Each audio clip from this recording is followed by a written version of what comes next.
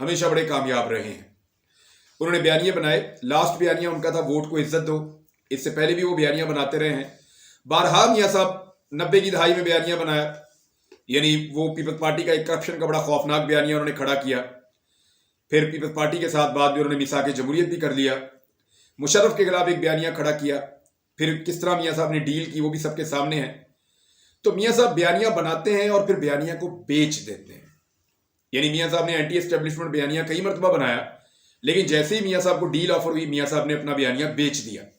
تو بیانیہ جب میاں صاحب بناتے ہیں تو میاں صاحب کے بہت سارے لوگ اس بیانیے پہ 4 قدم آگے چلے جاتے ہیں, اور وہی لوگ بعد میں شرمندہ ہو رہے ہوتے ہیں جب میاں صاحب اس بیانیے کو بیچ دیتے ہیں. مثال کے طور پہ چودھری نثار, شاہد خاقان عباسی, بہتاب عباسی, آصف کرمانی, محمد زبیر, مفتاح اسماعیل اور بہت سارے اور ایسے لوگ ہیں جو میاں صاحب کی بیانیہ بیچنے والی بات کے اوپر نالا ہیں. اور وہ بتاتے ہیں کہ میاں صاحب نے, آج کل دانیال عزیز صاحب بھی ہیں, کہ ایک بیانیہ بنا کے میاں صاحب سب کو کھڑا کر دیتے ہیں اور پیچھے سے اپنا بیانیہ بیچ دیتے ہیں اور اس کا سودا کر لیتے ہیں جب وہ بیانیہ مقبول ہو جاتا ہے. ابھی بھی ایسا ہی کیا. میاں صاحب کو ایک بیانیے کی وجہ سے مقبولیت مل رہی تھی. پاکستان میں تمام ضمنی انتخابات میاں صاحب جیت رہے تھے, لیکن پھر اپنے بیانیہ کے اوپر کمپرومائز کیا اور اس کی ان کو سزا ملی. عمران خان جو ہے وہ نارملی بیانیہ جو بن جاتا ہے اس کے اوپر پھر وہ کھڑے ہو جاتے ہیں.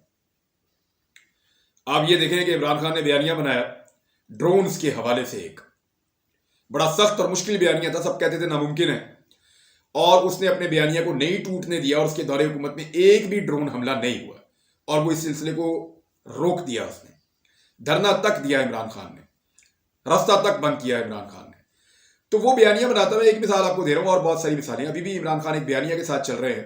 حقیقی آزادی کا بیانیہ انہوں نے ایک بنایا ہوا ہے, وہ اس کو لے کر چل رہے ہیں. بہت ساری چیزیں ان کو ان کی وائف کہتی ہیں آفر ہوئی ہیں, لیکن اس کے باوجود عمران خان صاحب اسی بیانیے کے ساتھ چپکے ہوئے ہیں.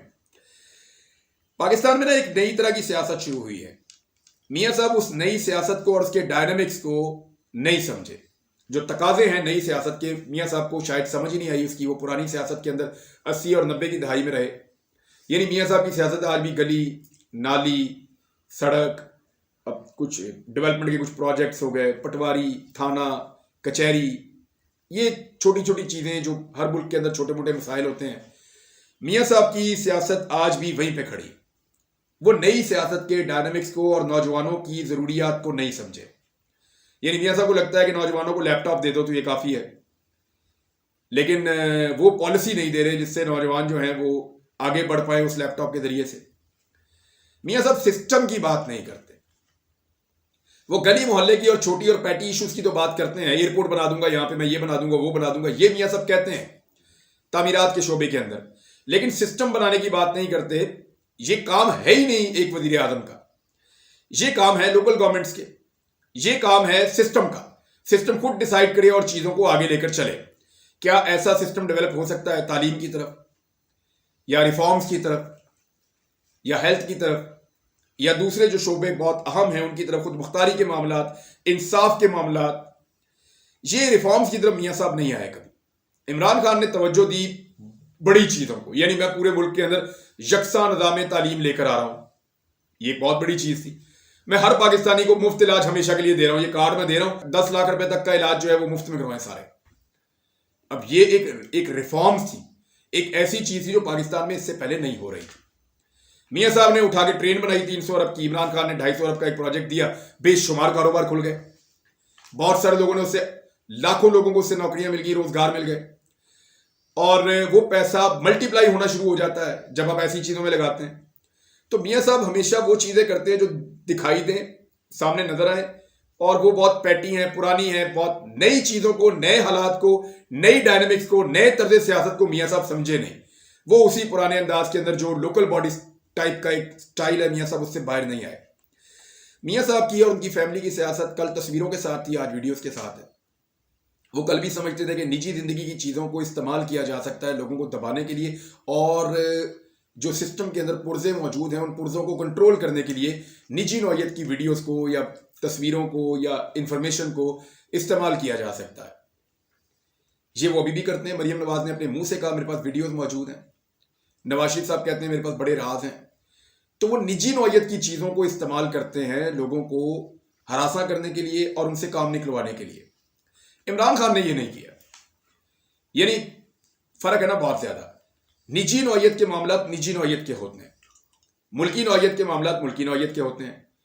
مثال کے طور پہ ایک شخص کی نجی ویڈیو آ گئی ہے تو اس سے کوئی لوگوں کو نقصان نہیں ہو رہا, اس شخص کو نقصان ہو رہا ہے. لیکن اگر ایک شخص کرپشن کر رہا ہے, دو نمبری کر رہا ہے, فراڈ کر رہا ہے, غلط فیصلے کر رہا ہے, یا اپنی پوزیشن کا غلط استعمال کر رہا ہے, تو اس کا فرق پاکستان پہ یا پاکستان کے لوگوں پہ پڑ رہا ہے. تو عمران خان صاحب نے یہ جو دوسری طرح کی چیز ہے اس کو ہائی لائٹ کیا, اس کو اپنا ہتھیار بنایا کہ جو لوگ غلط کریں گے ان کے خلاف عمران خان صاحب ایک لانچ کرتے ہیں کمپین یا کوئی چیز. نواز شریف صاحب نجی نوعیت کے معاملات کے اوپر زیادہ جاتے ہیں. ابھی آپ دیکھ لیں جو بشرا بی بی کا اور عمران خان کا عدت میں نکاح والا جو کیس بنایا ہوا ہے وہ کس مقصد کے لیے, یہ بھی میاں صاحب کی اسی سیاست کا حصہ ہے. کل بے نظیر کی تصویریں پھینکی تھی, بعد میں عمران خان کی جو زندگی ہے, نجی زندگی ہے, ان کی بیویاں, ان کی لائف, ان کے بچے, ان کے اوپر بہت تنقید کی ہے. عمران خان کا آپ ایک آدھا جملہ نکال دیں, اس کے علاوہ آپ کو کچھ بھی نہیں ملے گا.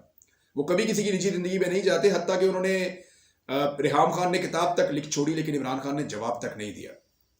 یہ عمران خان کا طریقہ کار ہے. لیکن میاں صاحب اس کو ابھی بھی اپنی سیاست کا حصہ بنا کر رکھتے ہیں اور اس سے فائدہ کوئی نہیں ہوتا.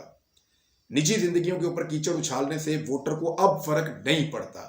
ووٹر کو فرق پڑتا ہے کہ آپ پاکستان کے لیے کیا کر رہے ہیں اور آپ کی سوچ کیا ہے اور آپ نئے طرز سیاست میں کتنا آگے جا سکتے ہیں. ایک اور چیز جو ہے میاں صاحب کا ایک کمپرومائزنگ بیہیویئر رہا ہے, وہ کمپرومائز کر لیتے ہیں اپنے اصولوں پہ. عمران خان صاحب نے کمپرومائز, یعنی آپ یہ دیکھیں گے عمران خان صاحب گول سیٹ کرتے ہیں, اس گول تک جانے کے لیے چھوٹے موٹے یو ٹرن وہ لیتے ہیں کہ یہاں سے 2 قدم پیچھے ہٹ گئے, وہاں سے 2 قدم آگے آ گئے, لیکن ایکچوئل گول کو نہیں چھوڑتے. میاں صاحب اپنا ایکچوئل گول اکثر چھوڑ دیتے ہیں. یعنی وہ یہ کہتے ہیں کہ آصف علی زرداری جو ہے وہ سب سے بڑا چور ہے, ڈاکو ہے, اور کاف لیگ کو بھی کہتے ہیں. پھر آپ دیکھیں میاں صاحب کا ایکچوئل گول اس وقت یہ تھا کہ ان کو نہیں چھوڑنا, پھر میاں صاحب ان کے ساتھ مل جاتے ہیں. تو عمران خان نے کہا اگر کہ نواز شریف جو ہے وہ ملک کے خلاف ہے اور میں سمجھتا ہوں کہ اس نے ملک کو نقصان پہنچایا, میں اس کے ساتھ کبھی نہیں بیٹھوں گا, تو آپ دیکھیں وہ کبھی بھی نہیں بیٹھا. آج وہ اکیلا اس لیے ہے کہ وہ اپنے ایکچوئل گول کو نہیں چھوڑتا, وہ چھوٹی چھوٹی فائدوں کے لیے اس کا کمپرومائزنگ قسم کا بیہیویئر نہیں ہے. غلط پروپیگنڈا. میاں صاحب کا ایک بڑا قصور یہ ہے کہ وہ سوشل میڈیا کو سمجھے ہی نہیں. نئے دور کا نیا میڈیا میاں صاحب کو سمجھ ہی نہیں آیا. ان کو یہ لگتا ہے کہ اس جملے سے یا اس چیز سے فائدہ ہو سکتا ہے, وہ فوری طور پہ فائدہ اٹھاتے ہیں, اور تھوڑی دیر کے بعد جب اصل حقائق سامنے آتے ہیں تو 4 گنا نقصان اٹھا لیتے ہیں. اس کی بہت ساری مثالیں موجود ہیں, بے شمار مثالیں موجود ہیں ان چیزوں کی. جیسے مثال کے طور پہ انہوں نے کل پرسوں کہا کہ بشرا بی بی نے ڈیل کر لی ہے, اور اگلے دن بشرا بی بی نے صبح آ کر کہہ دیا کہ مجھے اٹھا کے جیل میں ڈال دیا, مجھے کیا فرق پڑتا ہے, میں نے کوئی ڈیل نہیں کی. اب 4 گنا اس کا ریئیکشن واپس آیا. تو یہ ہر چھوٹی چیز کے اوپر پروپیگنڈا لانچ کر دیتے ہیں یہ سوچے بغیر کہ اس کا ریئیکشن اس سے 4 گنا زیادہ آئے گا. سوشل میڈیا کے ڈائنامکس کو یہ لوگ سمجھے ہی نہیں ہیں. عمران خان نے فیکٹس کے اوپر اپنے نیریٹو بنائے اور انہوں نے پلان کر کے اپنے نیریٹو بنائے, یہ فرق بھی موجود ہے. پھر پاکستان تحریک انصاف کے اوپر جو لگاتار مظالم ہوئے نا پنجاب میں, اس نے میاں صاحب کو بہت ڈیمیج کیا. میاں صاحب ہمیشہ ایک وکٹم کارڈ بھی کھیلتے تھے ہمیشہ, لیکن اب اس وقت وکٹم کارڈ پاکستان میں سب سے بڑا عمران خان کے پاس ہے. وہ بھی اندر, ان کی اہلیہ بھی اندر, ان کے ہزاروں کارکن بھی اندر, اور گرفتاریوں کی تعداد تو لاتعداد گرفتاریاں ہوئی ہیں پاکستان میں, بے شمار 20,000 سے زائد لگ بھگ گرفتاریاں ہو گئی پاکستان تحریک انصاف کی. اتنی گرفتاریاں کسی جماعت کی نہیں ہوئی. تو وکٹم کارڈ تو پاکستان تحریک انصاف کے پاس ہے, اور وہ میاں صاحب کی خوشنودی کے لیے جو اٹیک ہوا پاکستان تحریک انصاف پہ پنجاب میں خاص طور پہ, اور جس قسم کا ان کے ساتھ ظلم کیا گیا, وہ میاں صاحب کو اب ڈیمیج کرے گا اور کر رہا ہے. ایک یہ فیکٹر بھی ہے. موروثیت. آپ کو یاد ہوگا تھوڑا عرصہ پہلے ایک پروپیگنڈا لانچ ہوا تھا کہ عمران خان کی بہن بنے گی پاکستان تحریک انصاف کی چیئرمین, یا عمران خان کی بیوی بنے گی. اس کے اوپر سخت لڑائی چل رہی ہے, اور پی ایم ایل این نے میاں صاحب نے پورا ایک پروپیگنڈا بنا کے لانچ کر دیا تھا, سوچا سمجھا. اس کے اوپر پمفلٹ بھی بنا لیے تھے, پوسٹرز بھی بنا لیے تھے, سوشل میڈیا کی بہت ساری اس کے اوپر میمز بھی تیار کر دی تھی. پوری تیاری کی ہوئی تھی کہ جیسے ہی عمران خان صاحب لانچ کریں گے کسی ایک کو, تو ہم پروپیگنڈا اسی طرح کا لانچ کر دیں گے یا اسی طرح اٹیک کر دیں گے عمران خان کے فیصلے کے بعد. عمران خان نے باہر سے اٹھا کے بیرسٹر گور کو بنوا دیا کہ جناب یہ ہوں گے ہمارے چیئرمین کے امیدوار. گھر سے اس نے لیا نہیں. اب یہ جو موروثیت کا نہ ہونا جو ہے یہ عمران خان کو فائدہ پہنچاتا ہے. نئی نسل جو ہے وہ اس کو اچھی نظر سے دیکھتی ہے. میاں صاحب کے خاندان کے اندر دیکھیں, حمزہ شہباز, کیپٹن صفدر, شہباز شریف, مریم نواز, میاں نواز شریف خود, اور اب مریم نواز کا بیٹا بھی, دیگر رشتہ دار تقریباً 1 درجن سے زیادہ, یہ سارے کے سارے پالیٹکس میں ہیں اور سارے بینیفیشری ہیں اس پالیٹکس کے.